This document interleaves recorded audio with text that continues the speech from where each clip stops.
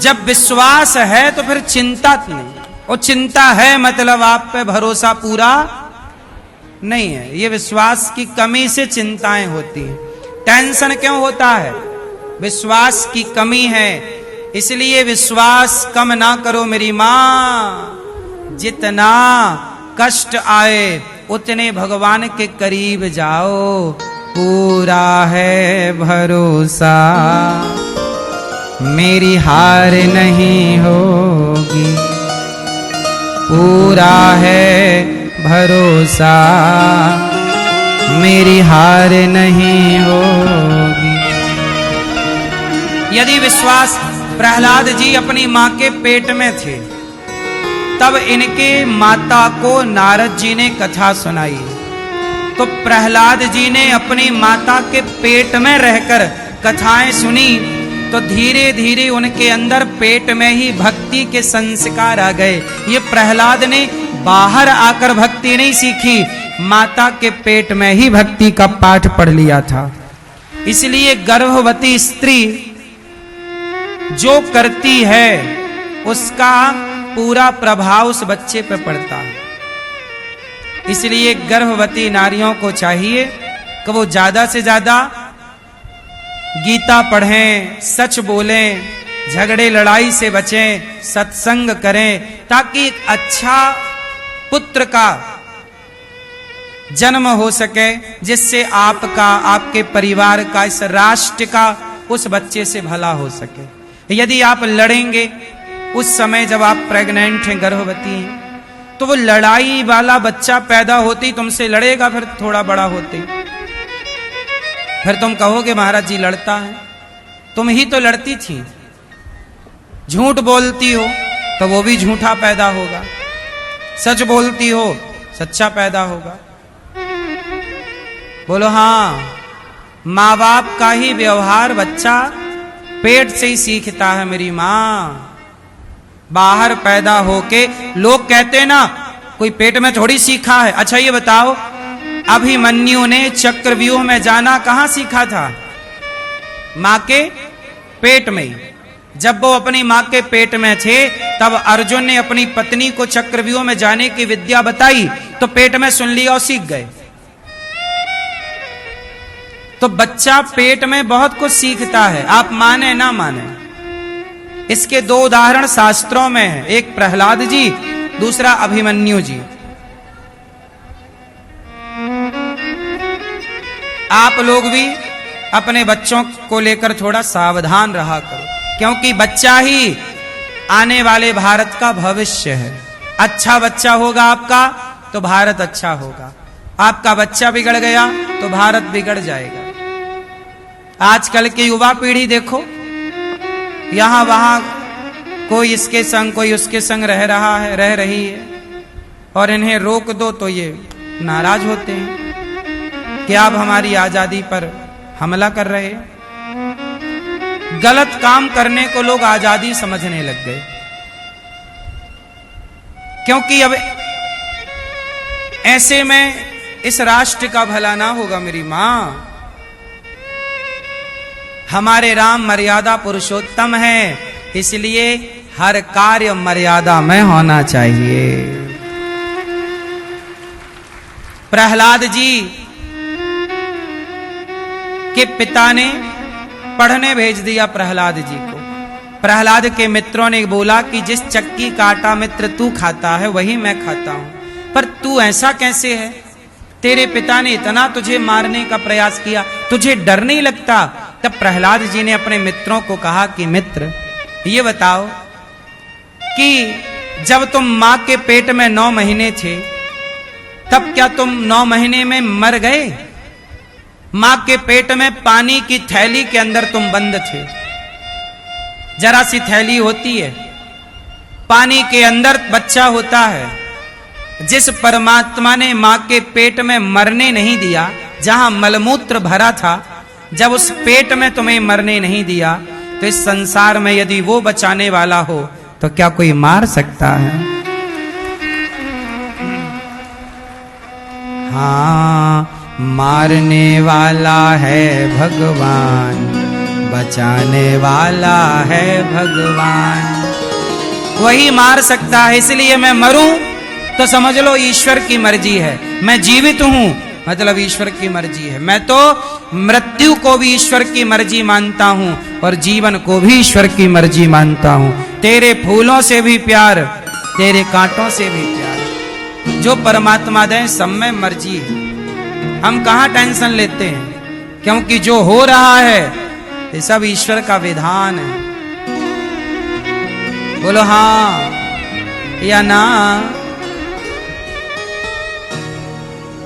इसलिए मेरी मां परेशान होने की जरूरत नहीं है, केवल भरोसा दृढ़ रखिए। प्रहलाद के पिता हिरण्यकश्यपु ने कहा, बेटा पढ़ कर आए हो, बताओ क्या पढ़ा। प्रहलाद जी ने कहा, पिताजी भगवान सब जगह रहते हैं, मैंने ये पढ़ाई की। नवधा भक्ति पढ़ी, कथा सुनना ये भक्ति है पिताजी, कीर्तन करना भक्ति है पिताजी, भगवान का स्मरण करिए पिताजी, इसी से आपका सबका भला होगा। जिस परमात्मा ने आपको ये संसार में भेजा उसे ना बिसारिए पिताजी। हिरण्यकश्यपु ने बोला, बड़ा उपदेश कर रहा है, मुझे बड़ा ज्ञान दे रहा है, चल बोल तेरा भगवान कहां है। देखो बाप दुश्मन बन गया, कहां तेरा भगवान, आज मैं तुझे मार दूंगा, बोल कहां तेरा भगवान, या तू अपने भगवान से मिला वरना आज मैं तेरी गर्दन काट दूंगा, कहां तेरा भगवान। प्रहलाद जी ने कहा, पिताजी कहां नहीं है वो आप बताओ। आप कह रहे हो भगवान कहां है, मैं कह रहा हूं आप ऐसी जगह बताओ जहां ईश्वर ना हो, बताओ कहां नहीं है। प्रहलाद जी ने कहा, हिरण्यकश्यपु बोला, क्या इस खंबे पे तेरा भगवान है। हाँ, जो खंबे पर हिरण्यकश्यपु ने सुना कि ईश्वर है, हिरण्यकश्यपु बोला, मुझे तो नजर नहीं आता। प्रहलाद जी बोले, पिताजी दर्द होता है पर नजर नहीं आता, नजर नहीं आने से यह सिद्ध थोड़ी होता है कि दर्द है ही नहीं, दर्द है पर नहीं नजर आता। भगवान है पर आपको नहीं दिख रहे हैं, मुझे दिख रहे हैं, ये खंबे पर बैठे हैं। हिरण्यकश्यपु ने खंबे को तोड़ दिया, और जब खंबे को तोड़ा तो मेरे भक्त का वचन व्यर्थ ना चला जाए, मिथ्या ना हो जाए, भक्त के वचन को सत्य करने के लिए भगवान उस खंबे से प्रकट हो गए। बोलिए नरसिंह भगवान की।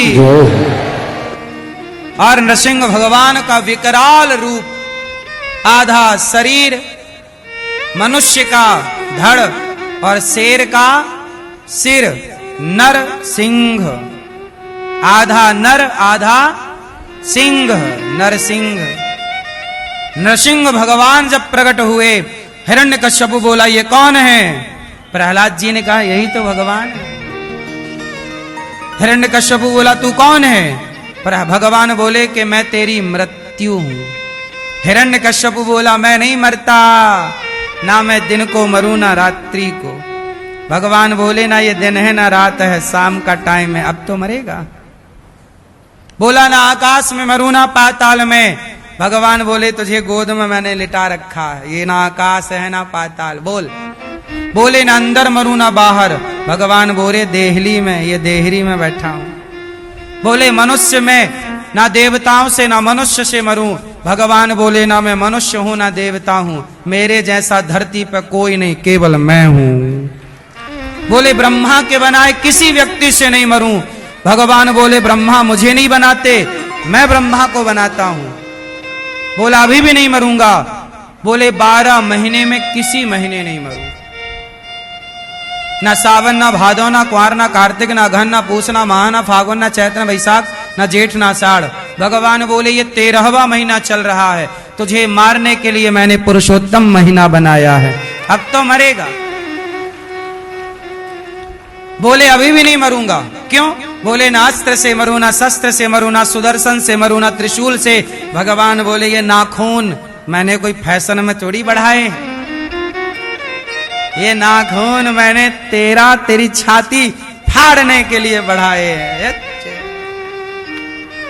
बोले, अब मरेगा। अब हिरण्यकश्यपु निरुत्तर हो गया। अब कोई कितना चतुर था हिरण्यकश्यपु, ब्रह्मा जी से ऐसे ऐसे वरदान मांगा कि लगता है वो अमर हो गया, लेकिन भगवान से कहां कोई बचा है। जो छाती फाड़ दी, हिरण्यकश्यपु की अतड़ियों की माला बनाकर भगवान ने पहन ली। हिरण्यकश्यपु का उद्धार, भगवान क्रोध में तिलमिला रहे हैं। बड़े बड़े देवता स्तुति करने आए। अंत में प्रहलाद जी ने कहा, ब्रह्मा दया सुरगणा मुनयोथ सिद्धा सत्वैकतान मतयो वचसाम प्रवाहै नाराधितुम पुरुगुणैरधुना विप्रुः किम तोष्टुमर्हति समय हरिरुग्र जाते। भगवान जब क्रोध में थे, कोई उनका क्रोध शांत ना कर पाया। तब प्रहलाद जी ने भगवान को प्रणाम किया। 5 साल का बालक भगवान जी ने उठाकर अपनी गोद में बिठाया और भगवान जैसे गाय बछड़े को चाटती है, ऐसे भगवान नृसिंह प्रहलाद जी को चाटने लग गए। और प्रहलाद पर बड़ी करुणा की, पुत्र कुछ मांग लो। प्रहलाद जी ने कहा, प्रभु कुछ मांगने की कभी इच्छा ही ना हो, ऐसा वरदान दे दो। आपसे कभी कुछ मांगने की इच्छा ना हो, ऐसा वरदान दीजिए। भगवान ने प्रहलाद जी से कहा, कुछ मांग लो। प्रहलाद जी कैसे हैं?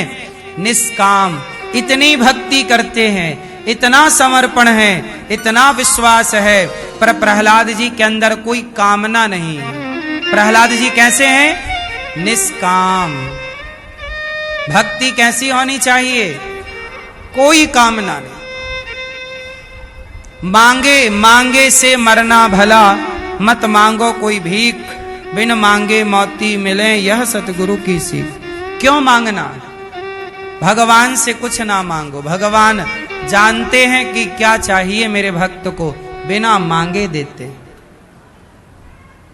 आप लोग मांगते रहते, हे भगवान ये दे दो, ये दे दो, ये दे दो। मांगना ही है तो भगवान से कहो कि प्रभु अपने चरणों का प्रेम दीजिए, अपनी भक्ति प्रदान कीजिए, यही दीजिए और क्या। बार बार वर मांगहूं हरस देहु श्री रंग, पद सरोज अनपायनी भक्ति सदा सतसंग।